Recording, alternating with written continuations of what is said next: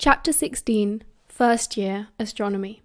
Great to have you back, Lupin, Sirius grinned, pulling back the invisibility cloak as they entered the previously locked Defense Against the Dark Arts classroom. What do you mean? Remus replied, watching James climb the ladder in the corner of the room to reach the highest shelf, where stood a cage of sleeping pixies. I haven't been anywhere. Come on, mate, Peter said, holding the ladder for James. It hasn't escaped our notice that you've been avoiding us like the plague. I haven't. Remus twisted his mouth. Just been busy, studying and stuff. Well, I hope you're over that phase now, James laughed, slowly climbing down, clutching the huge cage in both hands. I'd really appreciate it if you stopped working so hard. It makes me have to work hard, you see, and I'm not used to competition. Oh, do one, Potter, Sirius snarled, rummaging through the drawers and inside desks. Remus had decided that this prank wouldn't be too bad. It didn't require him to use any magic, anyway. If he was completely honest with himself, he had really missed all of their mischief. Being a swot was all well and good, but it wasn't half boring. No wonder Evans was always frowning. How are we going to get them to the dining hall? He asked, bending down to gaze at the tiny blue creatures still sleeping, curled up at the bottom of the cage. There must have been about 50 of them, which Remus felt was rather cruel. Much better to liberate them. Under the cloak, James replied, spreading it wide now so that they could all get under. Come on, Sirius, he rolled his eyes at the long-haired boy who was now on his hands and knees under the teacher's desk. What are you even looking for? Peter asked, muffled under the cloak. One of the Ravenclaws told me there was a trap door under here, Sirius sighed, getting up and dusting off his knees. Liar! This is Black's new obsession, James explained to Remus as he closed the cloak over them and they headed for the door. Finding secret doors. Hogwarts of History says there are loads of undiscovered passages, Sirius said defensively. Like the one you found, Lupin. There are definitely more. I want to find at least one before we leave. There's also supposed to be a monster hidden somewhere in the castle, James whispered back, as they made their way through the halls towards Gryffindor Tower. Peter shuddered.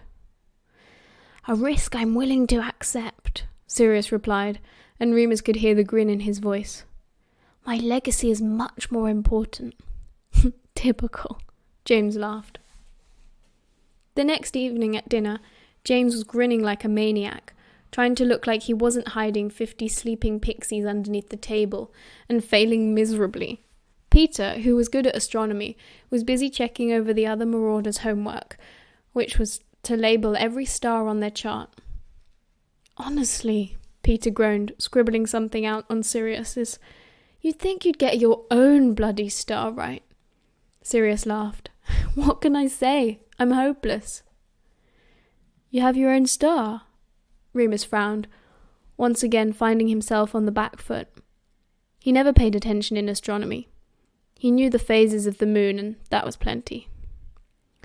Sirius, Peter replied. Come on, Lupin. We've done this. It's the brightest star in the sky. The dog star. He sighed, looking at Remus's work now. Yep. You've missed it too, he groaned. Remus shrugged. I just thought it was his name. The noble and most ancient House of Black has always been a bit arsey with its naming conventions, Sirius mused. Half of us have astronomical names. There's Bellatrix. Of course, my dad's Orion. My brother's Regulus. Mum isn't a star. I think she's an asteroid. Pretty apt, if you've ever seen her in a bad mood. Then there's good old Uncle Alfred. Uncle Cygnus. Andromeda's named after a whole galaxy. Wizards are so weird, Remus sighed. Remus, James sniggered. You do know that Lupus is a constellation too, don't you? The wolf? The what? Remus felt his heart skip a beat, and he nearly choked on his dinner. Sirius slapped him hard on the back, deftly changing the subject. If you're nearly finished telling us all how stupid we are, Pete, can we get on with releasing the you-know-whats? My lovely cousins have just started eating. I'd call that perfect timing." It really was perfect. James gave the cage a sharp kick to wake up the pixies before sweeping away the cloak and whispering a quick unlocking charm on the cage.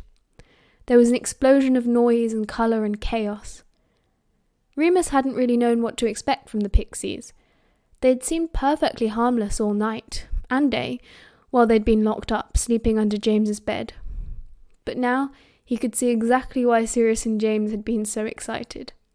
As they burst out from under the table, the tiny creatures scattered in all directions, shattering in high-pitched gibberish and zooming back and forth across the great hall. They leapt onto plates of mashed potatoes, squealing with delight. They grabbed plates and cutlery out of students' hands and flung them across the room.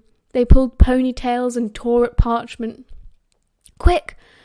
James ducked under the table, where they all crouched under the invisibility cloak, watching the anarchy unravel around them. "Brilliant!" Sirius kept saying. "Brilliant, brilliant, brilliant." "Come on," Remus said, nudging the other boys forward. Their plan had been to observe for a while, then sneak out of the hall as quickly as possible without getting caught. All four of them awkwardly navigated their way out from under the table, which was made especially difficult by several other students attempting to dive for cover. Fortunately, pixies couldn't see through invisibility cloaks, and they were left alone. In the uproar, no one else noticed them either. Girls were screaming, boys shouting. Everyone was trying to cover their heads to protect themselves from the dive-bombing pixies, or else struggling to grab back their stolen items. "Oh yes," Sirius suddenly gasped, bursting into fitful laughter. Remus turned and saw Bellatrix screaming at the top of her lungs, her wild hair being yanked from side to side by the tiny blue pests. Another fluttering above her head had caught her wand and was waving it at her, zapping blue lightning. "Get off me, you filthy, you disgusting, you... Ah!" she wailed. Narcissa was cowering under the table, clutching her own wand tightly. Things escalated even further as Peeves the poltergeist entered the room, zipping about gleefully and causing just as much havoc. He seemed to be directing the pixies, lifting tablecloths and screeching, "Under here, pixies! Lots of ickle thirsties down here!" Stifling laughter, the marauders fled from the room when they heard McGonagall's shrill voice ringing out, "Petrificus totalis!" "She's definitely going to know it was us," Peter wheezed, as they made their way back to the tower, still under the cloak. "Nah," James replied casually. "I bet she blames it on the Pruitts. They always do big stuff like that. Something to aspire to." "Please," Sirius said. "No," replied Remus. "Please, no. Why not? It would just feel weird. I don't want you to. But it'll be fun. I promise you'll enjoy it." Huh. The conversation had carried on in very much the same way for about 3 corridors now. Remus ended up trying to hurry ahead and heard James chastise Sirius behind him. "Leave Lupin alone, will you?" "I will not. This is too important." Sirius was in a restless mood, which tended to make him extra obnoxious. Usually James was the only one to put up with him. They'd had a long afternoon in the library, completing zodiac charts for their astronomy revision. Exams were still months away, but James insisted on having a head start. Of course, Sirius had to compete, and Peter had to go anywhere James went. Remus didn't want to be left out. They had been musing over their star signs, when it had come up that Remus was a Pisces. Sirius had quickly deducted that this meant his birthday was coming up, and so the pleading had begun. "It's obviously not that important to Remus," James hissed at Sirius. "Do something for my birthday if you have to. It's not long after." "You'll get your turn," Sirius dismissed him. "But first, Lupin." "I really don't care, Sirius," Remus sighed as they reached the portrait of the fat lady. "Don't make a fuss." "But it's your birthday," Sirius replied earnestly. "We should make a fuss." Remus didn't see why. No one had ever made a fuss before. There was cake, of course, but sharing a cake with 50 other boys didn't leave much. Plus, All of the little kids insisted on getting a turn to blow out the candles too, so it took forever. Matron wrapped up a few gifts, but they were usually practical: new clothes, socks, underwear, pens and notebooks. Other than that, there was nothing special about the day at all. He was actually looking forward to being away from St. Edmund's, because he thought that Sirius, James and Peter were probably too well bred to know about the birthday bumps, a punch in the arm for each year of the age, and one for luck, usually the hardest. "Why does it matter so much?" Remus huffed, climbing through the portrait hole. He couldn't stand it when Sirius was like this, stubborn and persistent. But when he turned around, he was surprised to see that Sirius was rubbing his arm, looking uncharacteristically hurt. "You lot did stuff for my birthday and, well, it was really nice. I never much looked forward to it before, but, well, it was great, wasn't it?" Remus suddenly felt guilty. He realized that Sirius didn't just want to be the center of attention again. He was trying to make Remus happy, as if that might make him happy too. Remus had never had much opportunity to give somebody what they really wanted. He relented. "Oh, okay, fine. But not a big party or anything. Just marauders, right?" "Right." Sirius grinned. At once his face was transformed, eyes twinkling like stars. Chapter 17. First Year. 12. Remus's 12th birthday fell on a Friday that year. Usually on Fridays, after lessons, James would force them all to go and watch the Gryffindor Quidditch practice, and Remus would read quietly to himself. However, Sirius had managed to convince James that he could miss just one practice, especially as he wasn't even on the team yet, and that Remus might actually want to do something different on his birthday. He was woken early in the morning by his 3 dorm mates piling onto his bed, all shouting, "Happy birthday, Lupin!" They didn't try to punch him, which meant the day was already off to a head start, as his best birthday ever. At breakfast, Sirius and James marched ahead, pushing other students out of the way as they approached their usual seats, loudly announcing, "Out of the way, please! Birthday boy coming through! Move along, nothing to see here." Remus wanted to hide under the table by the time they'd reached it. His 3 friends had made a huge show of serving him his breakfast rather than letting him get anything for himself. Peter poured his tea, James loaded up his plate while Sirius buttered his toast. "Do you have to?" Remus groaned, horribly embarrassed. "Absolutely," James said. "Definitely," Peter nodded. "Unquestionably," finished Sirius. Remus shook his head, blushing hard and looking down at his food. When he had finished, which took a while because he had been served double portions of almost everything, they all stood up, still grinning widely at him. "What?" he asked, twitching nervously. If they were going to do the birthday bumps, then he hoped it would be over with quickly. Perhaps there was a wizard version. He'd missed Sirius's birthday after all. He didn't know what to expect. Peter and James each put a hand on his shoulder, forcing him to sit down again. Sirius pulled a pitch pipe from his robe pockets and blew a long note. Remus squeezed his eyes shut. Oh no. "Happy birthday to you," the 3 boys bellowed at the top of their lungs.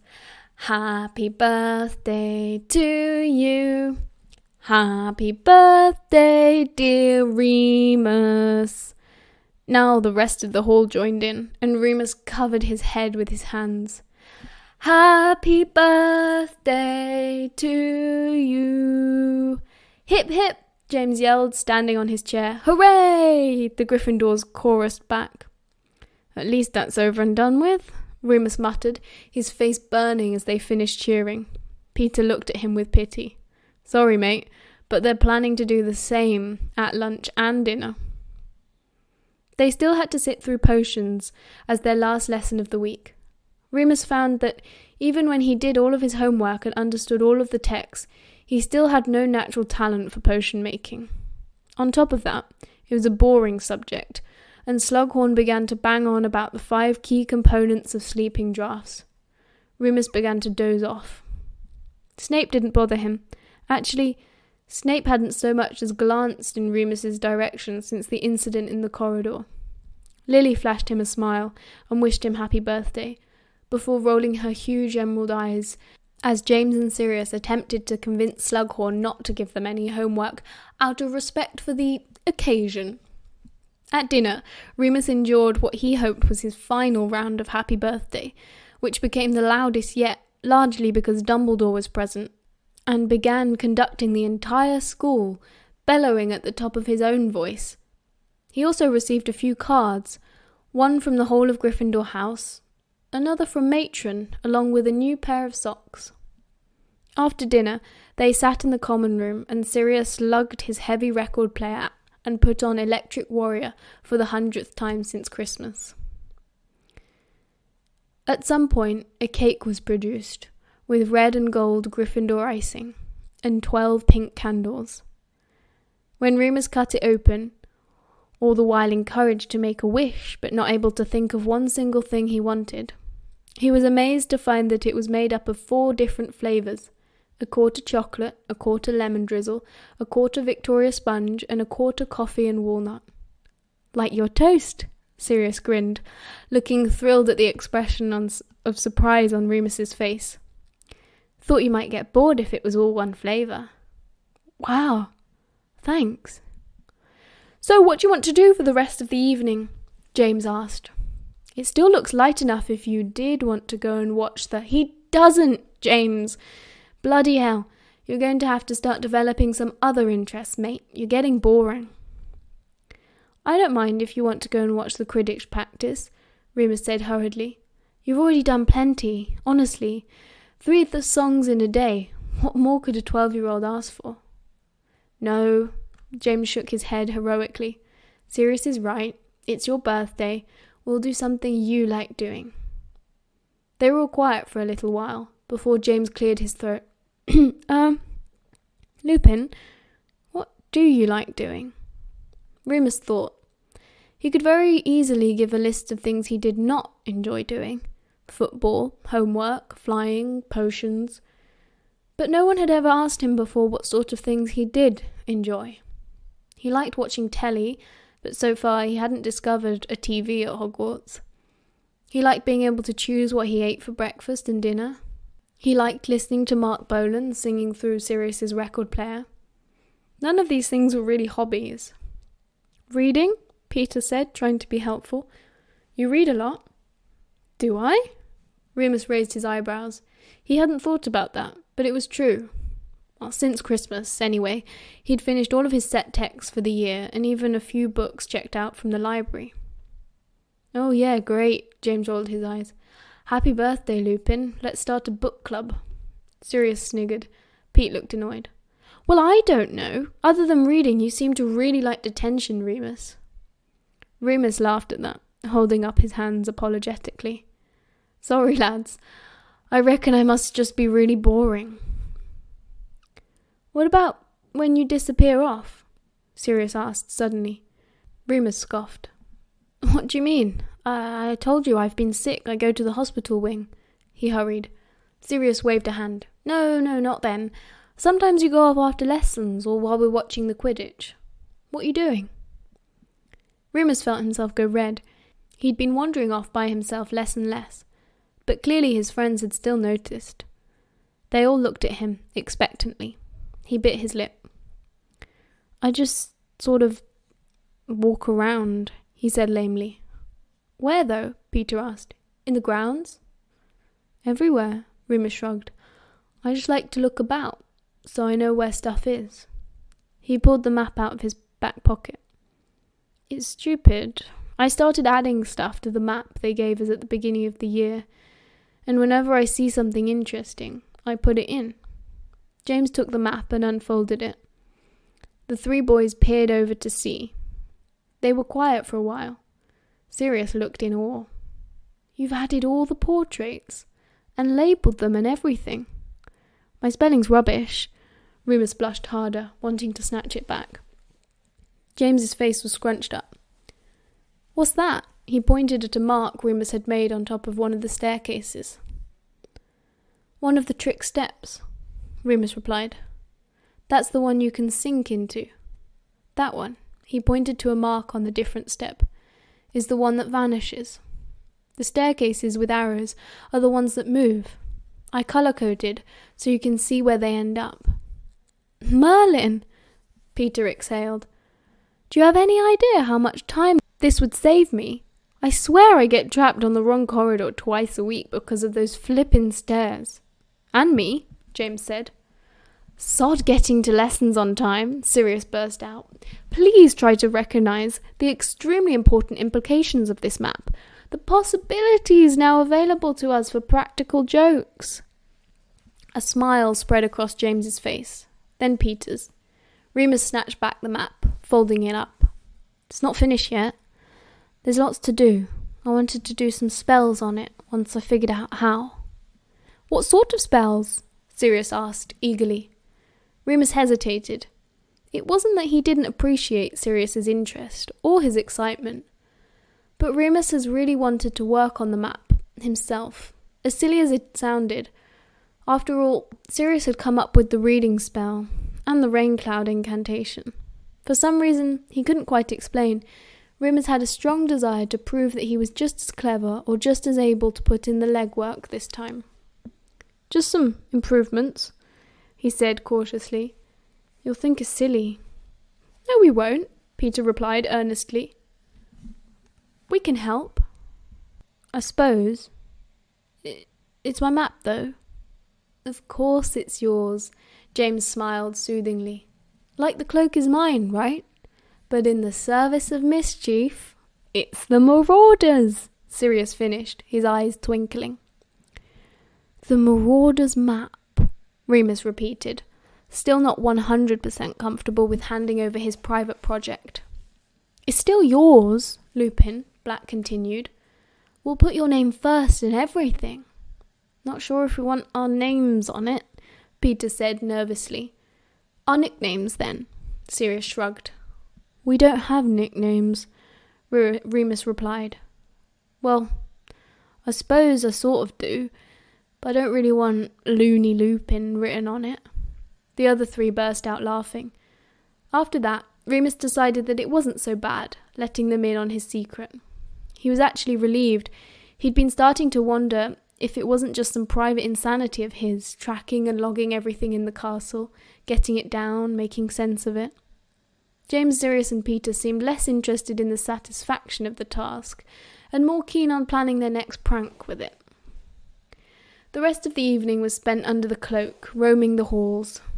The cloak, in Remus's opinion, was not strictly necessary, as they were all planning to be back before curfew. But James and Sirius never missed an opportunity to turn even the smallest trip into a full-scale mission, and Peter just enjoyed sneaking around unseen. All became clear, however, when Sirius produced 5 dung bombs, which they entertained themselves with en route, creeping up behind unsuspecting snogging couples or dropping them into the pockets of older students hurrying to the library. Remus showed them what he'd worked out so far, the passages and shortcuts he'd discovered, and even a few of his hidden places, not all of them, of course, just in case. He even told them his plan to put some kind of tracking spell on Mrs. Norris, Filch's cat, so that he'd be able to see her coming. They loved that idea.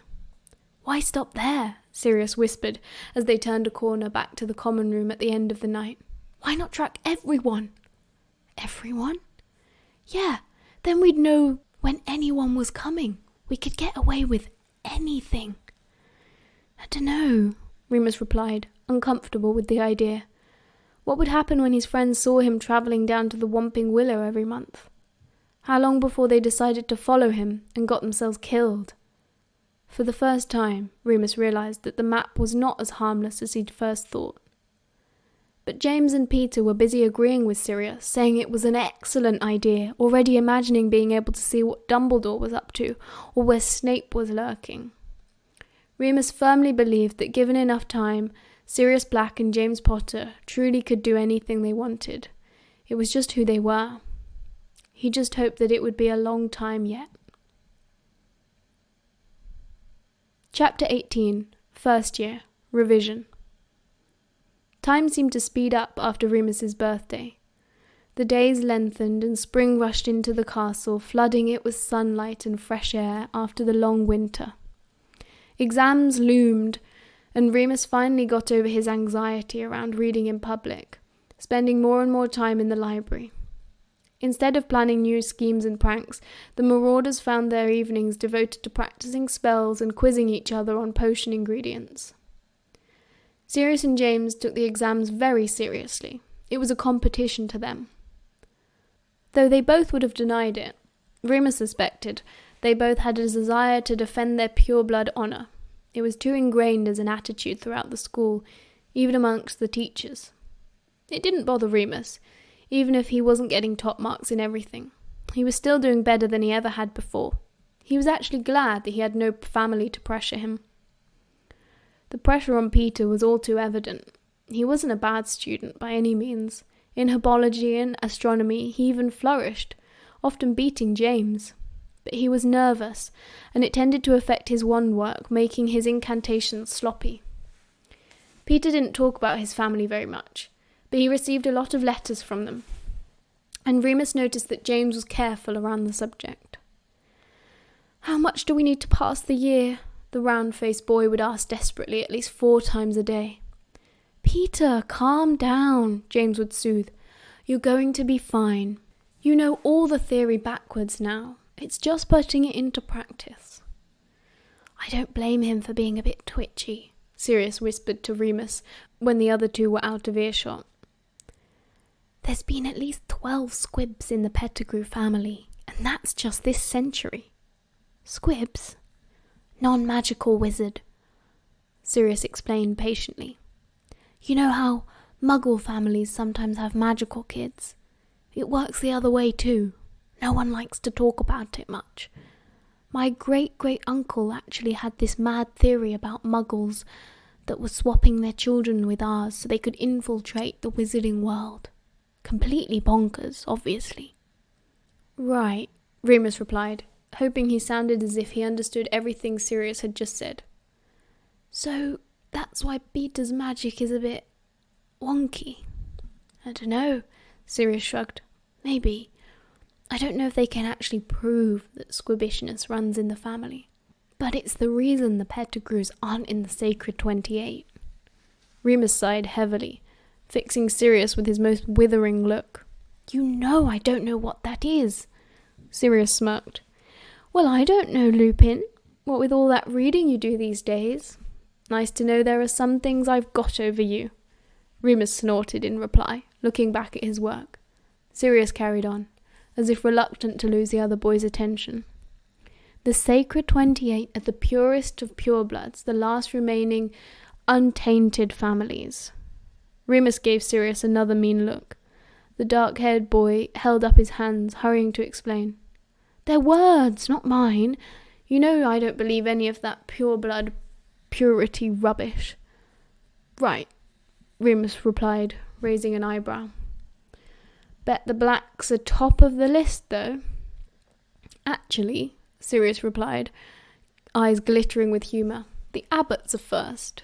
It's alphabetical." Remus groaned and went back to his potions revision. Exams were not at the top of Remus's lists of things to worry about. He was relatively sure he would do okay. He'd even checked the examination rules, which were 5 yards of parchment in length, and confirmed the use of the scribaclara charm for tidying up handwriting was acceptable, as long as the student was able to perform the spell by themselves. Remus had been using the spell since November, and had no concerns. 2 things were worrying Remus so far, more than passing the year. First, there was the grim knowledge that he would have to return to St. Edmund's in June. Though he had only been away for a few months, the difference between St. Edmund's and Hogwarts seemed as vast as the difference between monochrome and technicolor. While other students cheerfully looked forward to a long, hot summer full of holidays abroad, relaxation and lions, Remus felt as though he was facing exile. They weren't permitted to perform any magic outside of Hogwarts until they were 17, which meant that, as well as losing contact with his friends, Remus would no longer be able to read. To him, Summer stretched ahead blank and deserted, punctuated by long, angry nights locked away in his cell. And there was Remus's second problem, ready as always to rear its ugly hairy snout. As Madame Pomfrey had predicted, since Remus had turned 12, his transformations had become much, much worse. There was no explanation for this in any of the books he read, other than some vague words about adolescence and puberty. Whereas before he might have come away with a few teeth and claw marks, the kind you'd get from a playful puppy who meant no real harm, now he awoke with deep, furious gashes which bled copiously until Pomfrey arrived to staunch them. The agony of the transformations itself reached an almost intolerable levels, and he often felt queasy for hours before the moon rose.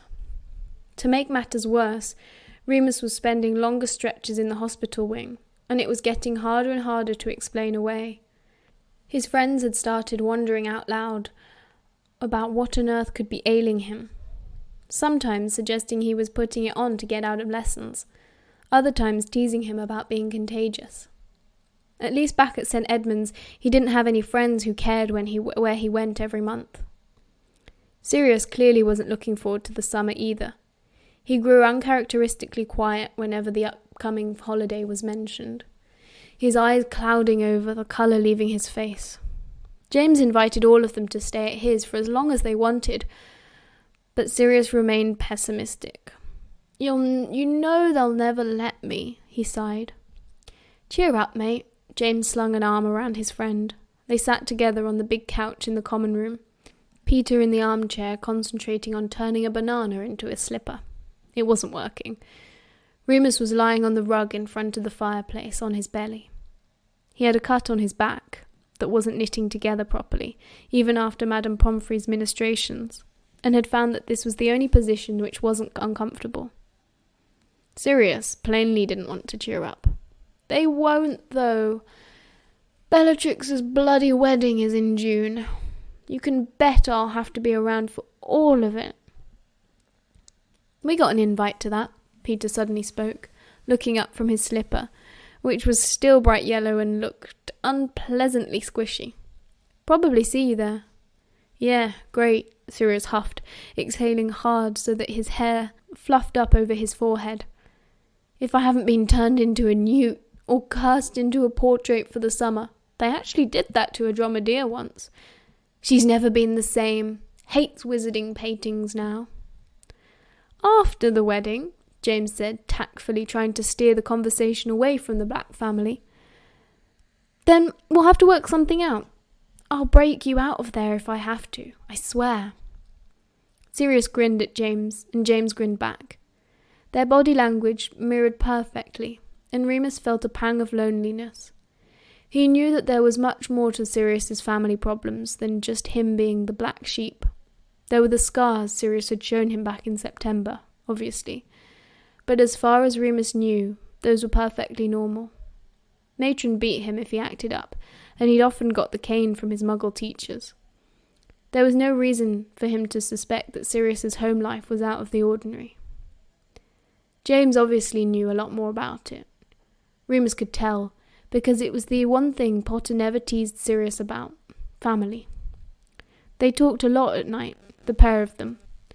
Remus had heard Sirius crying on more than once. It had made him want to cast his own silencing spell. He hated the sounds of tears. He rarely cried himself. "You too, Lupin," James was saying. Remus lifted his head from his thoughts. He arched his back carefully and tried not to grimace when the pain split his back like a bolt of lightning.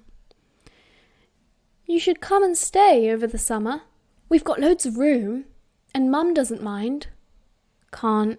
Remus shook his head, looking back down at his book. His back was on fire. "Matron won't let me. Legal guardian stuff, Muggle law." "There'll be a way around it," James replied, confidently. "Both of you are coming, right? I'm making it happen." Remus smiled, but knew there was nothing James could do. The full moons were due at the end of each month, as they always were, and there wasn't enough of a window even for a week at the end of summer. Besides, Matron really wouldn't let him. I think I've done it, Peter gasped suddenly, holding his bright yellow slipper aloft. Well done, Pete, Sirius said dully. Try it on, see if it fits. Remus sat up, his back now very painful indeed. As he straightened, he felt a warm slither of blood run down his spine and soak into the waistband of his trousers. Alarmed, he stood up quickly. Ugh, Peter yelped, withdrawing his bare foot from the slipper, covered in sticky banana slime. James burst out laughing, his glasses falling askew. He was joking, Pete. You've got to stop doing stuff just because we tell you to. You okay, Lupin? Sirius looked up suddenly. Remus was dithering on the rug. He had to get to the hospital wing right away, but he had no idea how to explain himself. Yeah, just think I might go for a walk. Where? It's almost curfew. Sirius's face lit up. What are you planning? No, nothing. I just fancied. We'll come. James stood up too. I'll get the cloak. No, Remus shouted. They all froze, even Peter, who was halfway through picking banana strings from between his toes. Remus stammered. I don't feel well. I just want to go to Madame Pomfrey, that's all. All right, mate. James held up his hands gently. Calm down. Want us to come with you anyway? I'll go, Sirius said quickly.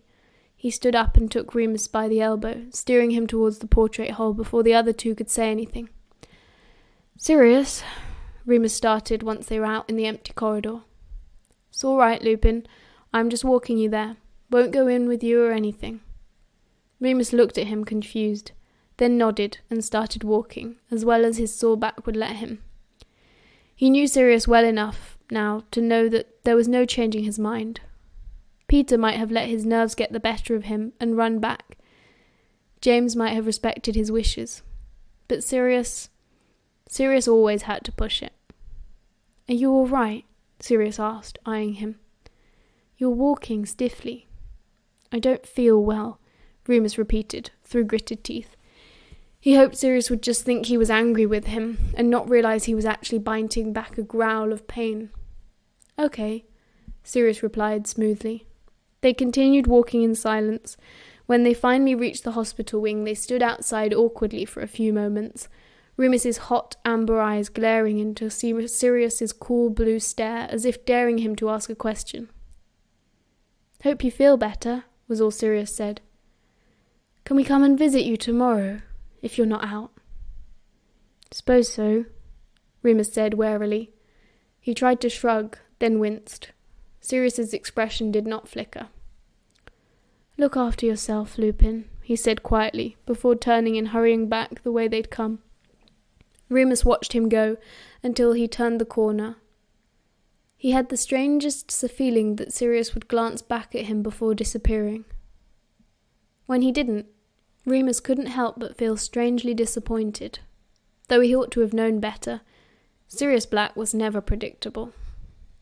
He shivered slightly, partly because of the mounting pain, and partly because of something else, then pushed open the hospital door. Chapter 19, First Year, End of Term.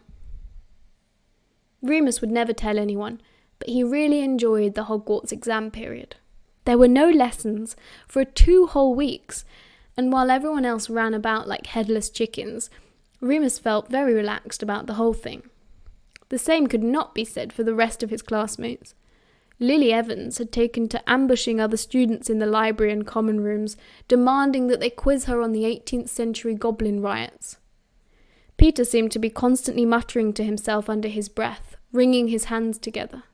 Marlene McKinnon and Mary MacDonald, 2 Gryffindor first years Remus usually tried to avoid, kept bursting into fits of hysterical giggles from the nerves. James and Sirius appeared to be acting out with more bravado than ever, setting off flameless firecrackers in the corridors and performing vanishing spells on unsuspecting students' books bags in the library. Remus couldn't tell if the 2 of them were just responding to the general atmosphere of anxiety, or whether they were expelling their own nervous energy. The older students had no sympathy for their younger counterparts. Frank Longbottom gave out more detentions during the last week of term than he had all year, and even threatened to take 50 points from Gryffindor if James and Sirius didn't stop levitating inkwells in the common room. Remus felt that they had got off easy. Bellatrix Black actually cursed half of the Slytherins one evening for talking too loudly while she studied for her newts. They couldn't speak for 3 days. Madame Pomfrey had to grow their tongues back. Their first exam was Charms, which had Remus off to a good start. All they had to do was bewitch a coconut to dance an Irish jig, which he privately thought was very easy. He, James and Sirius managed without a problem, though Peter's coconut at first refused to move at all, then lost control while it finally got going and ended up spinning off the desk, smashing all over the flagstones. Transfiguration went almost as well, though it was a bit trickier. Their task was to turn a stag beetle into a pepper shaker. Sirius completed this in minutes, barely concealing his pride as McGonagall commented that it was the best example of small-scale transfigurations he had ever seen from a first year. Remus's shaker wasn't too bad, though it was still shiny and black, whereas Sirius had somehow managed to make his glass. James attempted porcelain, and seemed to have done well until McGonagall tried to shake some of the pepper out, and it spread its wings and flew out of the window, causing Marlene and Mary to shriek. Peter's pepper pot still had legs and antlers, even after an hour. Herbology and History of Magic were both written exams. Remus surprised himself by writing the longest history essay in the class. He had to ask Peter, who was sat next to him, for more parchment. Apparently, there was plenty to be said about goblin riots after all.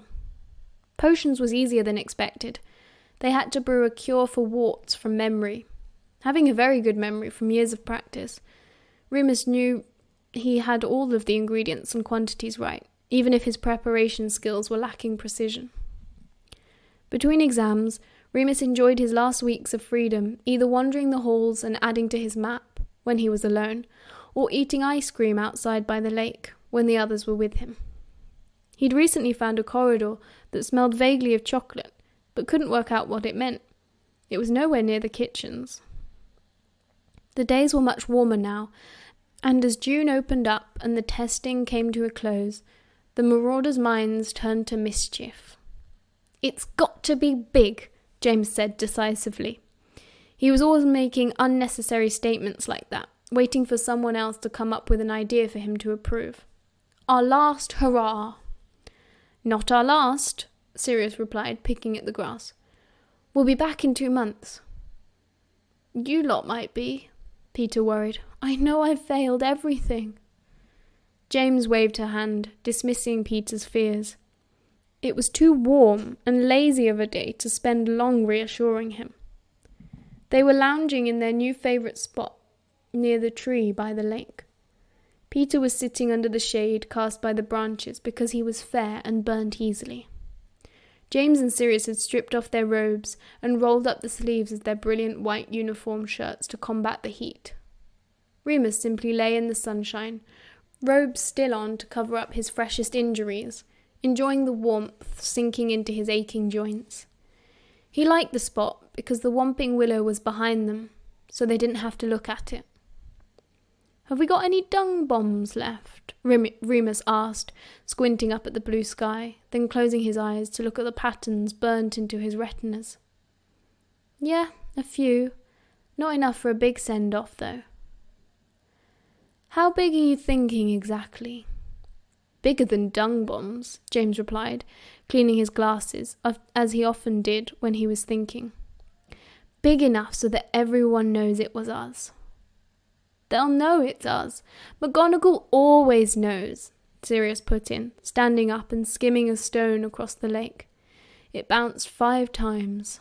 Sirius was amazing at skimming stones. He had this fluid sort of grace that was more animal than human. It drove Remus mad. After all, he was the one who wasn't strictly human, and he had all the natural grace of a flobberworm. "They might think it's the Pruitts," James shot back. "They've been beating us all year." "Nothing beat the pixies," Sirius said defensively. He threw another stone, This time, on its fourth bounce, a long silvery tentacle rose from the water and batted it back towards him lazily. Sirius grinned. And the itching powder was pretty good, you have to admit, Remus murmured, flinging an arm over his face. Exactly, Sirius continued enthusiastically. You've got to give us points for ingenuity there. And the rain cloud, Peter piped up, eager to be involved. They all fell quiet. Remus sat up. They hadn't talked about that incident since January. Peter gnawed on his lip, realizing what he'd done. Remus shook his head, changing the subject. Anyway, the point is, the four of us have more detentions than the rest of Gryffindor combined this year. What more do you want us to do, James? Sign our work? He pulled back an arm to throw the stone back into the lake, but James leapt up and grabbed his shoulder, causing him to drop it. Oi!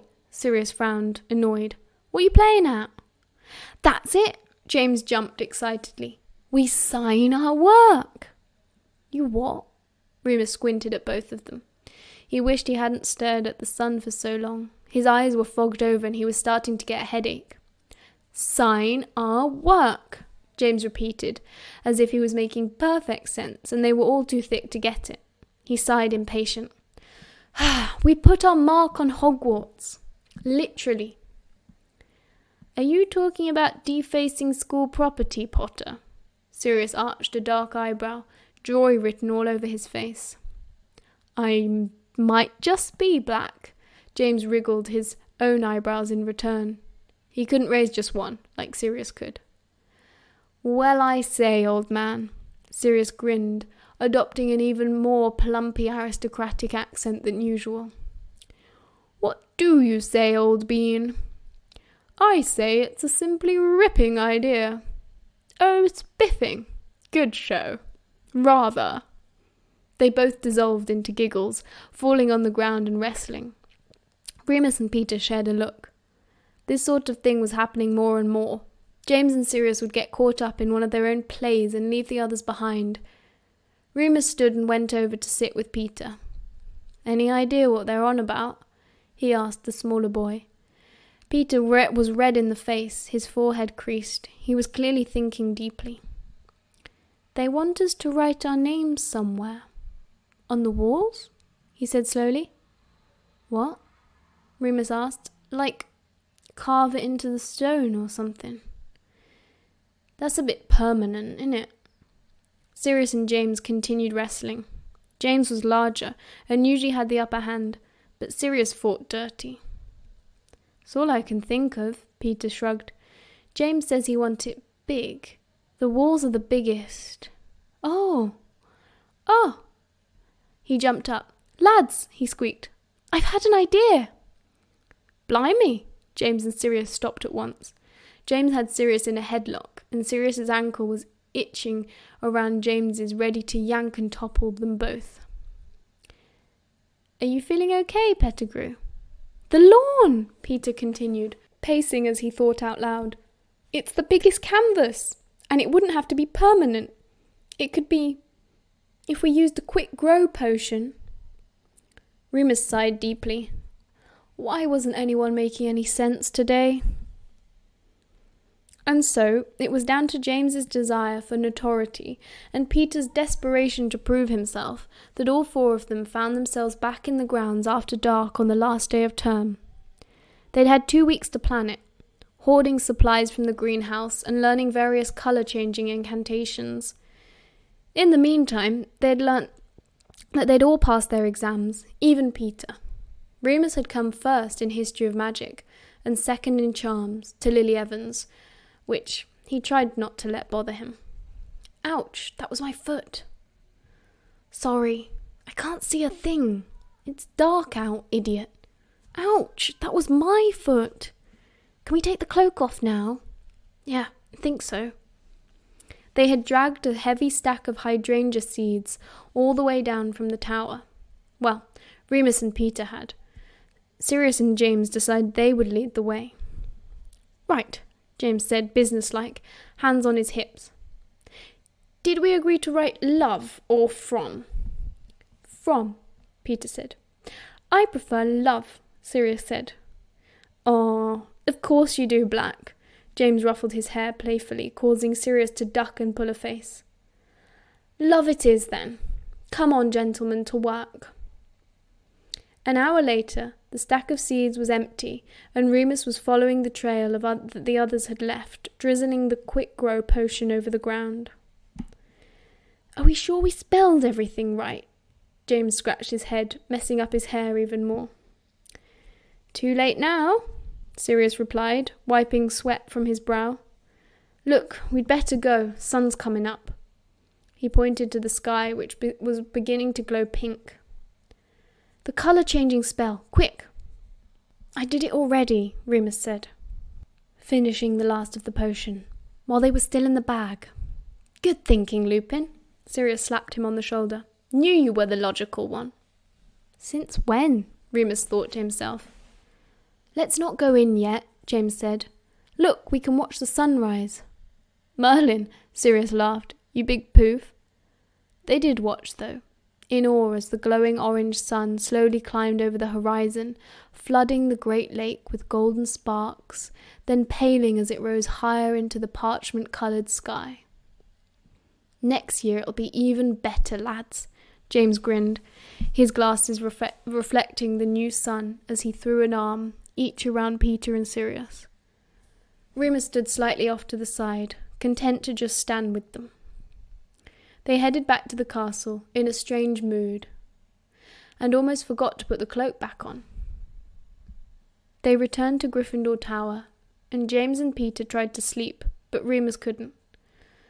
For one thing, Sirius had finally begun packing. He'd been putting it off for a week now, and began throwing his things carelessly and noisily into his mahogany trunk.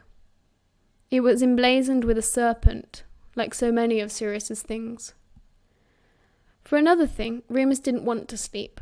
His last few hours at Hogwarts were draining away so quickly, and he didn't want to miss any of them. He sat on the windowsill and watched their prank developing in the grass below. The seeds were already taking root and were growing very quickly, twisting and withering below, like something in a science fiction film. "Looking good," Sirius said, coming over to look.